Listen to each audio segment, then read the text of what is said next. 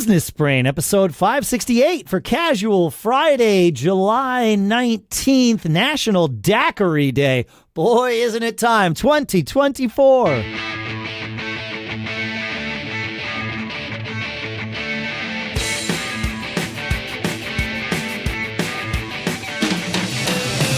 Greetings, folks, and welcome to Business Brain, the show where we take a few ideas, we dissect them, and we use them to tune our business brains every single time we get together here in Durham, New Hampshire with fastmail.com/businessbrain, where you get to go to try it for free for 30 days and then 10% off. That's our sponsor.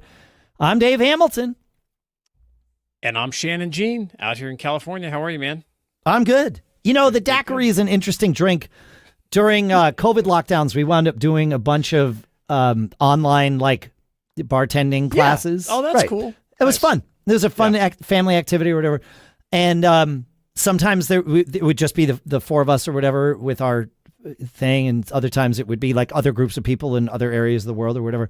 There's this one bartender. We went and looked him up afterwards. He was like this prodigy bartender, the youngest guy ever hired at the American Bar in London. And we did a rum class with him, and he taught us something really interesting. He's like, if I go to a bar, the first drink I order is a daiquiri because that tells me how good the bartender is. Oh, wow. Because a daiquiri is super simple. It's 3 ingredients, not when you add all the other stuff to it. But, you know, it is rum, lime juice, and simple syrup. And that's it. And then if they can't blend those so that there is an equal balance of it, he knows that his second drink is a beer. Yeah. Yeah. I love it. Yep. Yeah. Vodka tonic. Yeah, that's pretty funny. Yeah, that's right. Vodka tonic. Yeah, exactly. Yeah. Yep. Can't mess it up. Yep. It's only a mix. Oh, that's cool. Yep. That's great.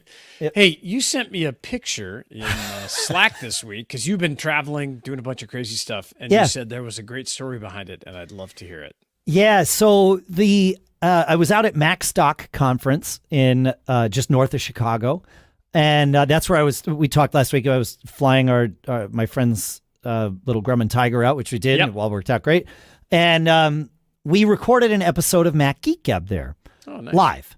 Yep, and it was after dinner, right? So the conference ended, like the sessions for the day ended.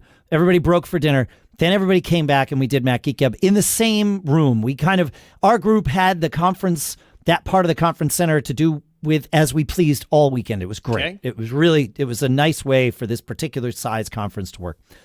And we get back and we knew that they were going to change the stage around and put like a couple of chairs and a couch up there to make it less like a lectern. Nice. Yeah, more like what a podcast should be. And there were 3 paper bags on the couch, like lunch-size paper bags on the couch, one with each of our names. It's Dave, Adam, and Pete were the hosts of the show. And we got there. The 3 of us walked in and we were there before most other people. But again, the space was just open, so it was fine. And obviously this was intentionally put there for us. And I thought, all right, well, this will be a gag in the middle of the show. Like, let's not open the bags yet. Let's just leave them here. Yeah. And it can kind of be, we won't even acknowledge them until maybe halfway through the episode. So halfway through the episode, it's like, all right, it's time we did Stump the Geeks. So it was very interactive with the audience. They were literally asking us questions. We were doing tech support. Yeah, it's fun. So, it was a party vibe, right? Nice. And so I say, all right, I have a question, Stump the Geeks. There's three paper bags. I explained what I just explained here. I gave the audience a vote. I said, do we want to find out who put them here first or should we open them first? And the audience overwhelmingly voted to have us open them first. Okay. Great. So we each open them and the contents of the bag are exactly the same. There is a plastic spoon and one of those little like single serving rip off the top and eat it tubs of Jell-O. Strawberry Jell-O. Yep. Yeah. And this is the same, like all 3 of the bags. So we're kind of looking at it like, I don't know that I get the joke. Like what's going on here? And so we talked about it and we shared some ideas about what it might be that were preposterous and hopefully entertaining and almost certainly incorrect. Yes. And then we got the punchline. And this will be relevant and something you and I talked about on this show. Today, of course, is National Daiquiri Day. I do this on every one of my podcasts. In fact, the Monday, which is the day that the show we did that night, that Monday was National Be Like a Dork Day or something, Act Like a Dork Day. Okay. Which was fine, but I do this in every show that I do. One of our listeners said, well, you're recording this on Friday the 12th, which we were. And he said, and today is both National Jell-O Day and National Paper Bag Day. Oh. And funny. It warmed my heart because we talked about this as just a way of sort of identifying with our audience and kind of doing a thing that here has sometimes led to like us changing the entire topic of an episode because of what day it is. It's like, national, call somebody up for cheating on their taxes day or, whatever. That's great. That's awesome. And so, it was great. Engagement. I love the engagement, right? That's what you're looking for. That's it. That's the energy you get back from your audience, that they're paying attention to you, the little things you're mentioning, that kind of stuff. So I think that's terrific. That's awesome. Yep. It's funny. Once he said it, I knew what it was because, of course, we released an episode on July 12th. And so I had seen everything that was National Day of for that day, but it had been like a week since I prepped it all. I had chosen National Simplicity Day for us on that one. So cool. I had lost the reference, but as soon as he said it, I'm like, oh, actually, you're right. I remember this. Cool. Yeah, that's awesome. Yeah, that's great. Yeah, it's, like you said, the engagement. Yeah, it's awesome. It's huge. All right, look. Have you ever felt like your inbox is a chaotic jungle filled with ads, spam, and digital monkeys swinging from vine to vine? Well, prepare to be amazed because our sponsor, Fastmail, is here to transform that jungle into a pristine oasis. I've been using Fastmail as my primary email provider for over 5 years, and it's like having a personal assistant who's always on point. Fastmail is an independent, employee-owned email provider that's been delivering a premium inbox experience for over 20 years. No ads, no creepy data sharing, just a clean, efficient email service that values my time and they value yours too. For as little as $5 a month, you can get a private inbox with Fastmail. They've got new multi-user plans that make it affordable for your household and your business. The Duo plan is perfect for you and a partner. The family plan covers up to 6 people, and their business plan, you get powerful admin controls for managing your empire. Fastmail's productivity features are top-notch. Customize your workflow with colors, custom swipes, night mode, and more. Plus, you can now buy a domain through Fastmail, and they'll set it up for you instantly. Their human support team is available 24/7, ensuring you're never alone in the email wilderness. So, if you're ready to make your email life better, try Fastmail free for 30 days and then get 10% off your first year at fastmail.com/businessbrain. Again, Fastmail free 30 days, then 10% off your first year at fastmail.com/businessbrain. Fastmail, because a charmed life deserves a charmed inbox, and our thanks to Fastmail for sponsoring this episode. All right. You got one for us, Shannon? I do. All right. I read this comment and I thought it really resonated with me because it recognizes a powerful part of, I think, what we talk about a lot, but it also brings to light a challenge something that can be challenging. So let me read this comment to you. It was posted online. I think it came from Alex Hermosi or somebody, but I'm not sure. I can't recall, but I stole it, or I just copied it because I thought it was great. And that statement is, if you want to have a different life than the majority of people, expect most people to disagree with you. And I thought, man, that really explains this concept that I talk about, that I want to talk about more about. It's getting comfortable being different than everybody else. Yeah, and okay. Maybe that's easy. That might have been actually, and maybe, I don't know if it's true or not, but it seems to me, you as a creative person in music business and different things like this, maybe that's easier for you than how do I say it? Standardized human. Yes. Yeah. I know. You know what I mean? Yeah, the more off the beaten path you live your life, the more different your life is going to be, and the more different you're going to be perceived. Yes, and that is the older I've gotten, I realize that's power. It's powerful. It's one of my superpowers. Oh, yeah. Yes, it can become that. Can become that. Yes. And it has become that for me. Yep. But for a long time when I was younger, much younger, when I wasn't going along the same path, and it seemed like everybody else had it figured out, and everybody else was becoming more successful sooner than I was. From the outside, but I didn't realize it from the inside. It wasn't that way. But anyway, it was uncomfortable to be different and going out and doing things on our own. And not until I had like my first few successes, that I get more comfortable with. I didn't take that path. I'm not doing that. I'm not, I'm talking business primarily, but even in life in general, the things I get it. Do, yeah. I have a few examples, obviously starting companies and businesses and then going through those ups and downs, and especially when you fail and make mistakes. And, I've made some big ones where I was just ashamed of, making that mistake and not wanting to talk about it because it's embarrassing. It's embarrassing. And but I believe that if I could give I had a great young guy on a call today that's trying to get beyond his W-2 and grow and do things. Loves his job, but he wants to do more. Get comfortable with being different and finding however you need to spin it to where you can talk about it. I think it's important.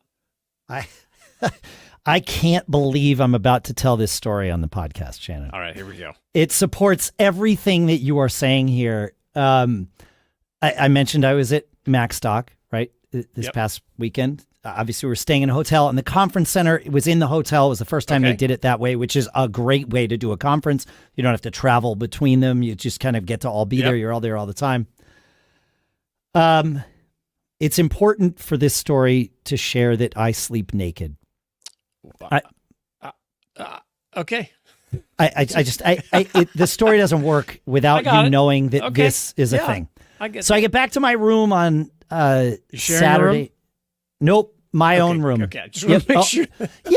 Yeah. No, this isn't. It's just how I like to sleep. It doesn't. It's fine. Whatever. Yeah, of course. Nothing wrong with that. Right. I feel the same way when it's hot. Yeah. Sure. Yeah. So I get back to my room. And this would have been Thursday, Friday. I think it was Friday night. We had done Mac Geeka. We'd gone out, kind of hung out for a little bit after that. And I go up to my room and I go to get ready for bed. I do all the things that I'm going to do to get ready, the brushing my teeth, the changing or removing of my clothing. Yes. And I'm about to get into bed and I think, crap, there were those 2 emails that I need to address. So I've been there. Yes. And I was tired. Like we had flown in the day before. I didn't sleep all that great the night before. I'm exhausted. But I got to do these 2 emails. So I sit down and I'm 5 minutes into the first one, like processing the things that I need to do. And I'm like, dang, it's like I'm cold now because I'm not in my bed. Like I'm just, naked in the room. Yes. I had put a towel down on the chair so I wasn't sitting like on the chair or whatever. Sure. That's what. And so I grabbed my sweatshirt, I grabbed my hoodie, and I put it on because it was right next to me. Okay, great. So I get through the first email. I'm cooking, and halfway, it must have been based on the evidence that I have. Halfway through the second email, I fell asleep. I was that exhausted. Wow. Okay. Yeah, I fell asleep in my chair and slept for like 90 minutes in the chair there. Yeah. I woke up super disoriented. Like I was just like, yeah, right. Somebody stole my kidney. Yeah, right. Yeah, exactly. Super disoriented. And I get up and I go to the bathroom, because I figure, I'll pee and I'll go back to bed. Yeah. And where I really came like fully online, I remember all of these things that I'm telling you, but it's only in like the movie in my head. I wasn't engaged with this, but I was aware that I was doing these things. And where I came online, Shannon, was as I watched my hotel room door close as I was standing in the hallway. Oh. Right. I love it. And you didn't have any pockets. I had the pocket of my hoodie hoodie. Pocket. Oh, yeah, but I did not have a key in it. Yeah. That's awesome. Years ago, I used to get an extra key and put it somewhere on the floor that I stayed on. Smart. It doesn't have your room number on it or anything. Yeah. So I would just hide it somewhere. And so I'd have it not for scenarios like this, but if I had left the key in the room, I didn't want to have to go all the way back downstairs to get it. Whatever. This was 2:36 in the morning. I can tell you based on information that I was able to gather once I got back to my room. And so I stood outside of the door and panicked, obviously. Yes, I would panic because you're in a hoodie. And nothing. In a hoodie. That's it. Right. In a hoodie. Right. But so it was like, okay, so I tried, spoiler alert, the do not disturb sign is not enough to jimmy the hotel room door open. So, yep. And I knew that, but I figured I need to try. And so I stretched the hoodie low. I was just going to ask that. How long of a hoodie was this? This was long enough, my friend. Nice. Yep. So I figured I could have just wrapped it around my waist. Oh, that's true. But I only thought about that afterwards. I did not think about that in the moment. I just stretched it down. I was like, okay, well, this is how it's going to be. And so I know that they have experienced this and worse in the middle of the night in a hotel. You go down to the front desk? I sure did. Because there's no phones in the elevator lobby. I was hoping I would encounter a phone where I could call them. Right. No, not in this hotel. No. Yeah. So I took the glass elevator down, of course. Yep. Nice. I walked across the lobby, which was devoid of all humans. Thankfully. Yep. And got the attention of the person at the desk. Before I even got there, I was just telling him, I went to pee and wrong door. And, I told them my room number and my name because I knew they would need to feel as though they authenticated me somehow. I don't even think I stopped walking. I walked up. She handed me the key. It was very kind. She's like, "You don't have anything to worry about. I'm the only one here. There's no one else in the lobby, so you're good to go." And I was like, "Thank you so much. You're great." And I went back up to my room, and that was that. But that's a great story, dude. Then I and she were the only ones that knew this information. Okay. And I was like, to your point, and the reason I'm telling this, I was like, I can tell no one this for the rest of my life, let alone the rest of the weekend. Like, I don't have to tell the people at the conference. Don't have to tell my family. Certainly don't have to tell all the listeners of Business Brain. As I woke up the next morning, I was sort of resigned to, I'm not going to tell anybody. And then as the first hour of being awake sort of, allowed me to sort of wake up and process, it was like, nope, I'm going to own this. Like, this is going to be, I'm going to tell this story because it's a funny story. It's a funny story. Yeah. It's a funny story. And I knew I was amongst people that were like-minded and would appreciate it. And so it became the thing that we talked about for the weekend. And that's cool. I posted a picture on the group for the conference of me the following night as I went to sleep. I teetered a room key on the door latch. So if I were to hit it, I might become alerted to this. Well, Dave, this is not where I expected the conversation to go, but I know I do think it is good to embrace your, our quote weirdness and our difference. And I think people, as you get more comfortable with it and talk about it and, you just kind of embrace it. You embrace it. Yeah. Yep. It becomes part of your lore. It can become part of your story. I suggest that it does because you've done something different than everyone else. Yep. And I finally got to saying to people, you haven't lived until you've walked in a hoodie at 2:36 a.m. Very cool. Why not? Embrace it and make it part of your story. Yeah, absolutely. I think that stuff's great. It's just like it took me about 5 years to be able to talk about my lost $1 million mistake. The $1 million mistake, yes. Because I felt so, embarrassed and ashamed and this kind of thing as I made that mistake. But then I realized I could flip the script on it and talk about how it almost destroyed me, but we, fought back and learned from it and everything else. But, sometimes you need to get some distance on it. Yes. But, for me, it was the rest of my night's sleep plus an hour. But but at first I was resolute in the fact that no one was ever going to know about this. Not my family, not my, because it's embarrassing, obviously. Yeah. Absolutely. But then it was great. Well, wait, how embarrassing is this really? Yeah. Like this is just a thing, Right. It's just a thing. It's not embarrassing. And perhaps another piece of the lesson is not only does it become part of your story because it is, I don't want to say unique to you, but it's rare that this happens. So you can make it your own. But it also is the opportunity to realize that we are our own worst critics. And however we define the things that happen to us is how other people will generally perceive them. And so I said in the last episode, I'm not a PR expert. Maybe I'm better at it than I think. Right? So when it comes to your life, certainly. When it comes to me, right, exactly. That's an interesting concept, is that you have to be your own PR agent. Right? Yeah. You have to control the message, control the narrative, control the message, and not let it just happen to you. You get to turn it into something positive or funny or a good story, because everybody loves a story. You could tell that story in front of a conference or a meeting you're having, and everybody would laugh out loud, and they would all connect with you on a much deeper emotional level. Yep. And your talk or whatever you're doing would be incredibly powerful. Yes, I agree. Yeah, I agree.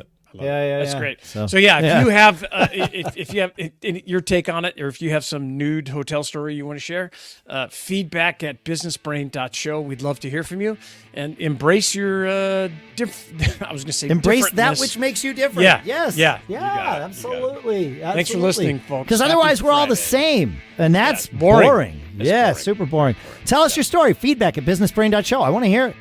Have a good weekend. Keep living that charmed life. And we'll see you next week.